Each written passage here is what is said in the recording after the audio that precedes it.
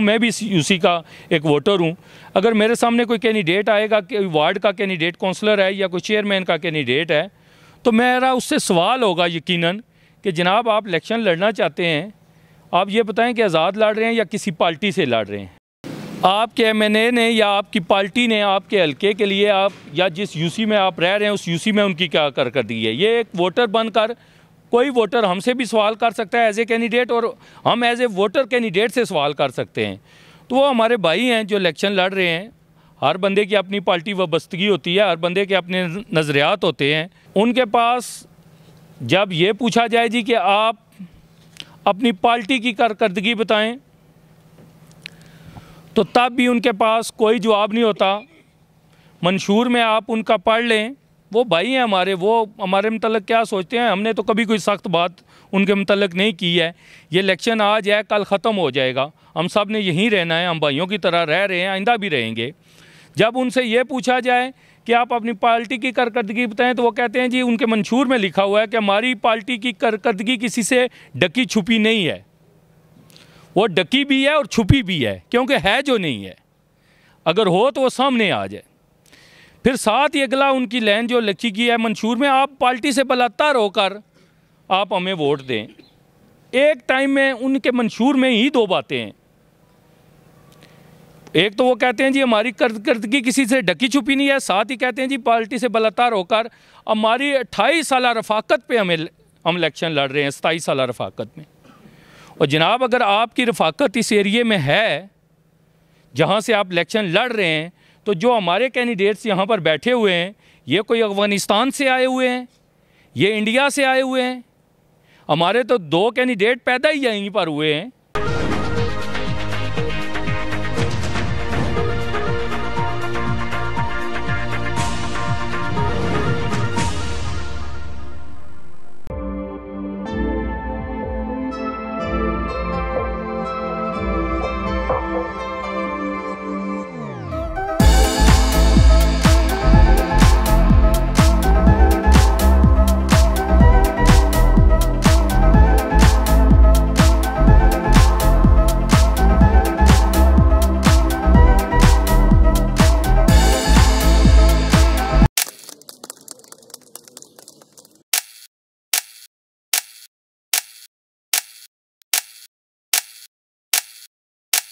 ये छोटा सा प्रोग्राम हमारी आपस में समझे एक मुलाकात का ज़रिया था। ये कोई बाज़ाब्ता मीटिंग या बाज़ाब्ता कोई जलसा टाइप या कोई प्रोग्राम इस तरह का नहीं है।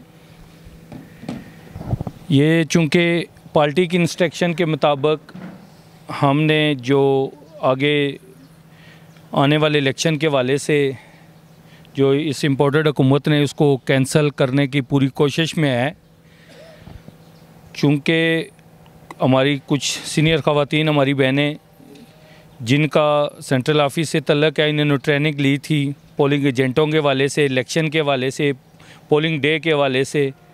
और हमारे भाई राना फाद साहब जो पार्टी की तरफ से, हमारी यूसी की तरफ से भी ट्रेनिंग सेशन में जाते रहें, उस हवाले से कुछ बातें हमारे जो नौजवान हैं या जितनी हमारी टीम है वही डिस्कस करनी थी।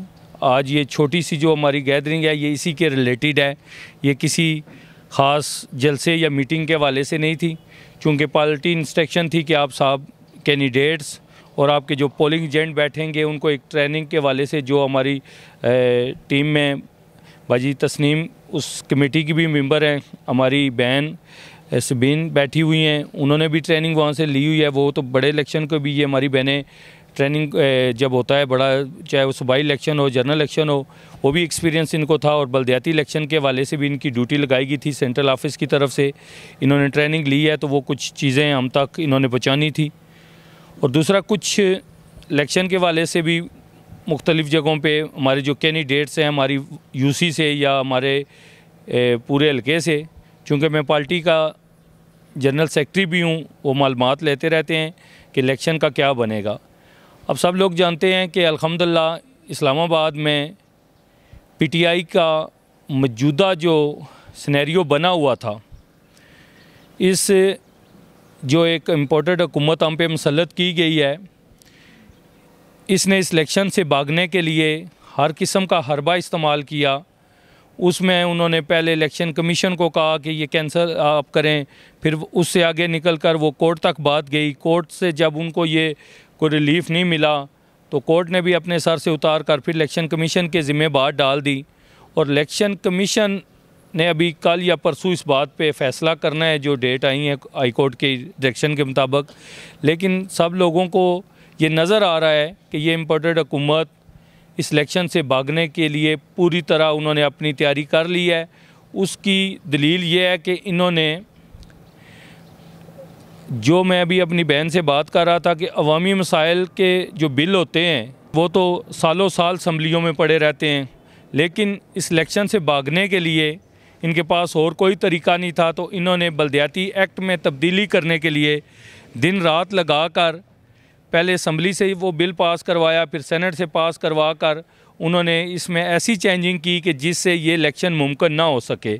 लेकिन पार्टी इंस्ट्रक्शन के मुताबिक हमने अपनी तैयारी जारी रखनी है।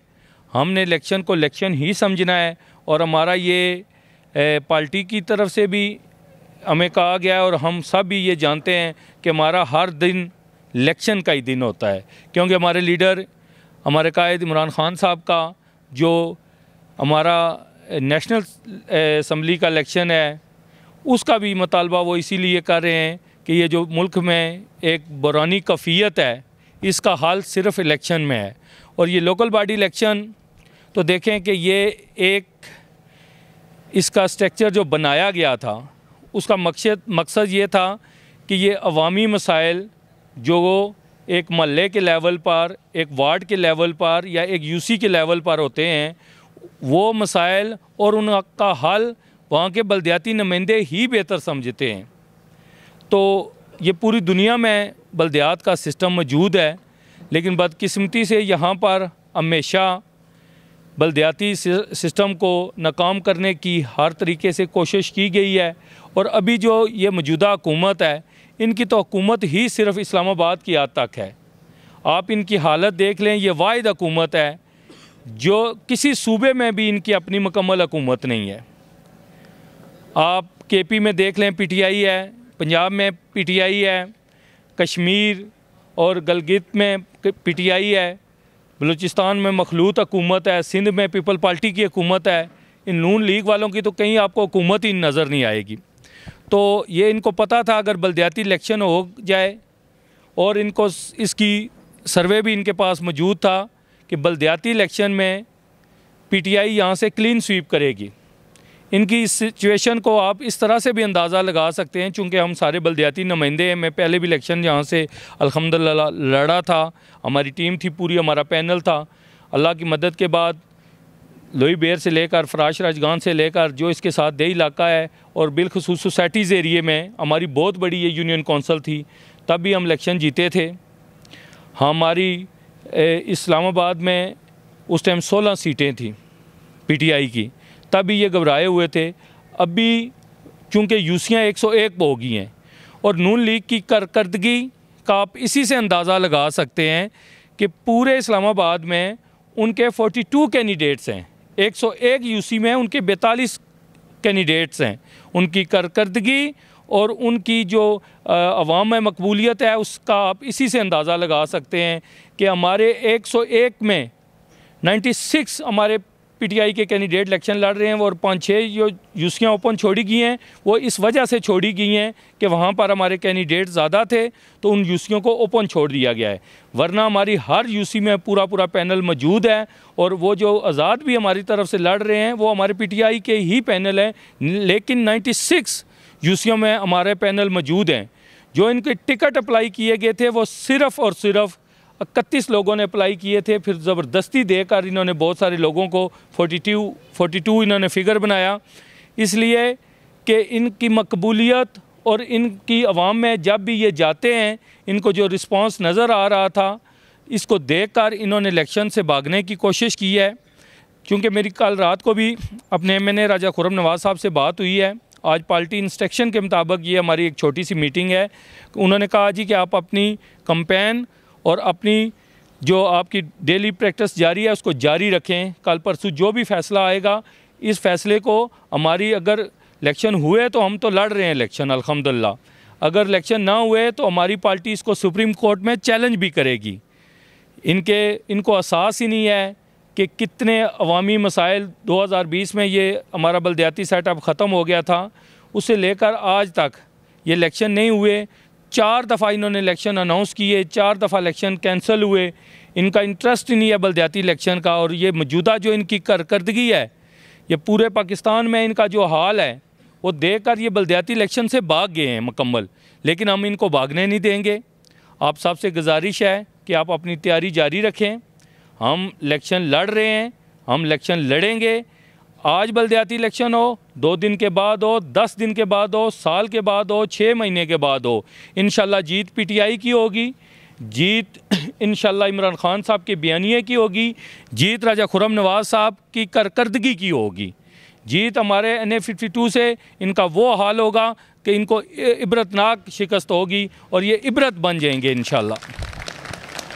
तो उसी सिलसिले की आज ये छोटी सी मीटिंग है। एक तो सबका तारफ़ भी ज़रूरी था, और जो हमारी सीनियर ख़वातीन या राना फ़ाद साहब ने कोई सेंट्रल ऑफिस से ट्रेनिंग ली थी, वो कुछ जो हमारे आगे नौजवान यहाँ पर काम कर रहे थे इलेक्शन के वाले से, वो पोलिंग एजेंट भी बैठेंगे। वो पोलिंग डे में जो मसरूफियात होती हैं कि असल इलेक्शन तो पोलिंग डे वाले दिन होता है, उसमें जो जो ज़रूरी बातें हैं वो भी आपको बताई जाएंगी। और उसी सिलसिले की ये छोटी सी मीटिंग थी। जो आप सब जितने हज़रात आए, मैं आपका शुक्रिया अदा करता हूँ कि कुछ मेरी बहनों के, कुछ मेरे भाइयों के वैसे भी तकाज़ा था जी कि हमने कभी गाँव में चक्कर नहीं लगाया, तो ये गांव भी आपका है जी, ये सोसाइटियाँ भी हमारी हैं, ये गांव भी हमारा है। यहाँ पर हमारा कोई तफरीक नहीं है, हमारा कोई फ़र्क नहीं है। मैं यहाँ पर एक और भी बात वजाहत करना चाहता हूँ कि हमारे मुखालफिन के पास ना तो कोई कारकर्दगी है, ना ही उनके पास कोई एजेंडा है, ना ही उनके पास कोई कारकर्दगी दिखाने के लिए उन्होंने आप उनका मंशूर देख लें, और ना ही फ्यूचर में उनके पास कोई ऐसी प्लानिंग है कि वो आकर हमें बताएं कि उन्होंने हमारे लिए करना क्या है। क्योंकि उनको पता है कि वो कामयाब होंगे ही नहीं, तो वो करेंगे क्या। फिर जो ये बल्दियाती सेटअप के साथ साथ आपका जो मरकज़ी हुकूमत होती है या जो आपका MNA होता है, उसका भी मेन रोल होता है। तो मैं काफ़ी दिनों से उनके कुछ मैसेज व्हाट्सएप ग्रुपों पर या छोटी मोटी बातें सुनता हूँ, तो उनको देख कर हंसने के अलावा हमारे पास कोई बात नहीं है कि हम उनको क्या जवाब दें, जो अपनी ना तो कारकर्दगी बता सकते हैं, ना अपना कोई फ्यूचर प्लान बता सकते हैं। उनकी आप कैंपेन देख लें। अगर देखें, मैं एक बल्दियाती नुमाइंदा हूँ, मैं इलेक्शन लड़ चुका हूँ, हमारे साथ हमारी टीम इलेक्शन लड़ चुकी है, हमारे साथ हमारे साबका कौंसलर हजरात भी हैं, हमारा एक पूरा सेटअप है, हमारी बहन हमारे साथ कौंसलर थी, अभी भी जो हमारी टीम इलेक्शन लड़ रही है। बल्दियाती इलेक्शन में बुनियादी तौर पर इलेक्शन लड़ने के लिए आपको क्या चाहिए होता है, एज ए कैंडिडेट भी मैं बताऊंगा और एक एज ए वोटर भी बताऊंगा। अगर मैं कैंडिडेट हूं तो सबसे पहले मैं देखूंगा कि मैं जिस यूसी में रह रहा हूं, बल्दियाती सेटअप की मैं बात कर रहा हूं, आया उस यूसी में जिस पार्टी की मैं नुमाइंदगी कर रहा हूं, 2 चीज़ें हैं कि अगर मैं आज़ाद लड़ रहा हूं, किसी पार्टी से मेरी वाबस्तगी नहीं है, तो मेरी ज़ाती कारकर्दगी क्या है। अगर मैं जिस पार्टी से इलेक्शन लड़ रहा हूं तो उस पार्टी की कारकर्दगी क्या है। मैं भी इस यूसी का एक वोटर हूं। अगर मेरे सामने कोई कैंडिडेट आएगा, कोई वार्ड का कैंडिडेट काउंसलर है या कोई चेयरमैन का कैंडिडेट है, तो मेरा उससे सवाल होगा यकीनन कि जनाब आप इलेक्शन लड़ना चाहते हैं, आप ये बताएं कि आज़ाद लड़ रहे हैं या किसी पार्टी से लड़ रहे हैं।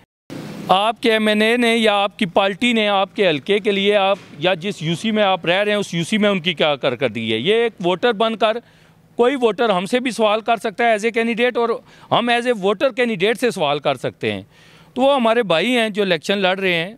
हर बंदे की अपनी पार्टी वाबस्तगी होती है, हर बंदे के अपने नज़रियात होते हैं। उनके पास जब ये पूछा जाए जी कि आप अपनी पार्टी की कारकर्दगी बताएं, तो तब भी उनके पास कोई जवाब नहीं होता। मंशूर में आप उनका पढ़ लें, वो भाई हैं हमारे, वो हमारे मतलब क्या सोचते हैं। हमने तो कभी कोई सख्त बात उनके मतलब नहीं की है। ये इलेक्शन आज है, कल ख़त्म हो जाएगा, हम सब ने यहीं रहना है, हम भाइयों की तरह रह रहे हैं, आइंदा भी रहेंगे।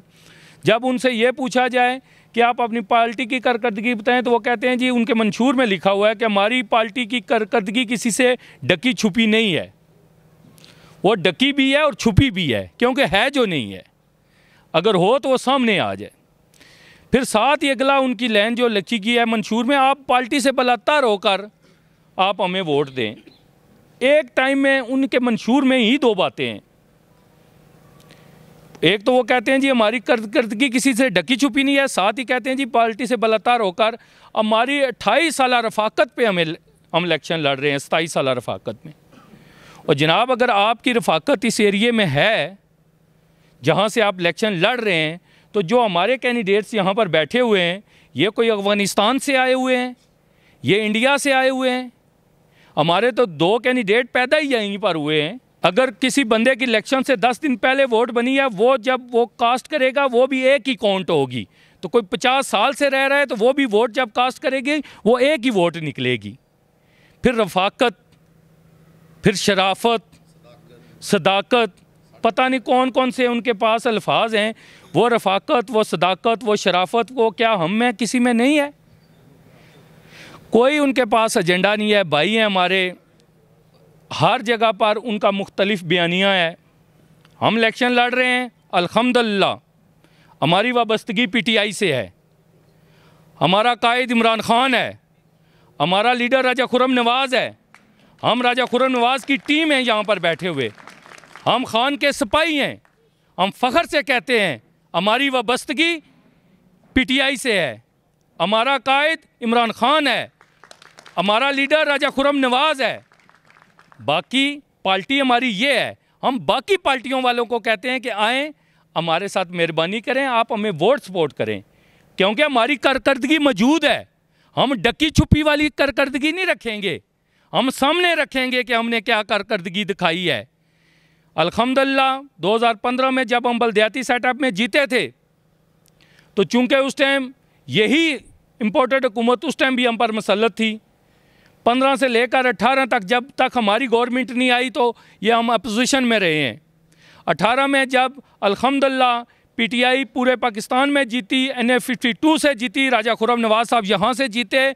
और सबसे ज़्यादा मुझे फ़ख्र है अपनी यूसी के लोगों पर, मुझे फ़ख्र है अपनी पार्टी पीटीआई पर कि NA52 की सबसे ज़्यादा वोट जो कास्ट हुई थी वो राजा खुर्रम नवाज़ साहब को, वो हमारी यूसी से हुई थी।